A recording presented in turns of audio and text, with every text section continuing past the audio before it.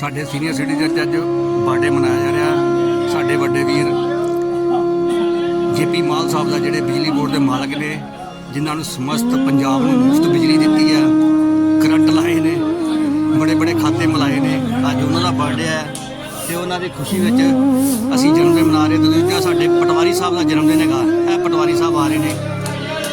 ਇਹਨਾਂ ਨੇ ਜਿਹੜਾ ਸ਼ੈੱਡ ਜਿਹੜਾ ਤੁਸੀਂ ਦੇਖ ਪਾ ਰਹੇ ਹੋ, ਇਹਦੀ ਰਜਿਸਟਰੀ 7 ਏਕੜ ਦੀ ਜਿਹੜੀ ਪਾਰਕ ਦੀ ਰਜਿਸਟਰੀ ਸੀਨੀਅਰ ਸਿਟੀਜ਼ਨ ਨਾਂ ਕਰਾਈ ਆ। ਫਰਦਾਂ ਚੜਾਈਆਂ ਨੇ ਇਹਨਾਂ ਨੇ, ਫਰਦਾਂ ਚੜਾਈਆਂ ਨੇ, ਤਸੀਲੇ ਸਾਡੇ ਕੰਮ ਕਰਾਏ ਨੇ।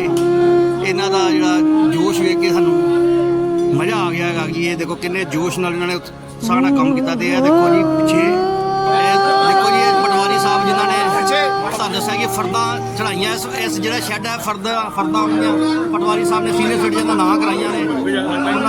ਉਹਨਾਂ ਦੀ ਫੋਟੋਆਂ ਲਵਾਈਆਂ ਜਾ ਰਹੀਆਂ ਨੇ। ਸਾਡੇ ਬਿਜਲੀ ਮੰਤਰੀ ਸ੍ਰੀ ਜੇਪੀ ਮਾਲ ਸਾਹਿਬ ਵੀ ਨਾਲ ਹੈਗੇ ਨੇ ਤੇ ਇਹਨਾਂ ਦੇ ਬਿਜਲੀ ਦਾ ਜਿਨ੍ਹਾਂ ਦੇ ਕਰੰਟ ਲਵਾਏ ਲੋਕਾਂ ਨੂੰ, ਉਹ ਵੀ ਨਾਲ ਹੈ। ਇਹ ਚਾਚੇ ਨੂੰ ਕਰੰਟ ਪਿਆ ਵੀ ਵਿੱਚ ਚਲੇ ਗਿਆ ਜੀ। ਦੇਖੋ ਇਹ ਆਓ ਜੀ ਭਾਈ, ਆਜੋ ਨਹੀਂ ਵੀਡੀਓ ਬਣਾਉਣੀ ਹੈ, 1 ਮਿੰਟ ਰੁਕੋ। ਇਹ ਦੇਖੋ ਜੀ, ਜਦੋਂ ਸਾਡੇ ਜਨਮ ਦਿਨ ਮਨਾਏ ਜਾਂਦੇ ਨੇ, ਆਮ ਤੌਰ ਤੇ ਲੋਕੀ ਬੱਚਾ ਜੰਮਣ ਤੇ ਲੱਡੂ ਵੰਡਦੇ ਆ। ਜਦੋਂ ਬੱਚਾ ਵੱਡਾ ਹੋ ਜਾਂਦਾ ਤੇ ਫਿਰ ਅਸੀਂ ਆਂਡੇ ਵੰਡਣੇ ਸ਼ੁਰੂ ਕੀਤੇ ਆ, ਕਿਉਂਕਿ ਬੱਚੇ ਨੂੰ ਆਂਡੇ ਦੀ ਖੁਰਾਕ ਦੀ ਲੋੜ ਹੁੰਦੀ ਆ। ਤੇ ਉਹ ਖੁਰਾਕ ਸਾਡੇ ਹੈਪੀ ਭਾਈ ਜਿਹੜੇ ਇੱਥੋਂ ਦੇ ਇੰਚਾਰਜ ਹੈਗੇ ਨੇ, ਤੇ ਜਿਨ੍ਹਾਂ ਦਾ ਨਾਮ ਅਮਰਜੀਤ ਸਿੰਘ ਅਰੋੜਾ ਹੈਗਾ, ਤੇ ਨਾਲ ਨਰਿੰਦਰ ਭਾਜੀ ਆਂਡੇ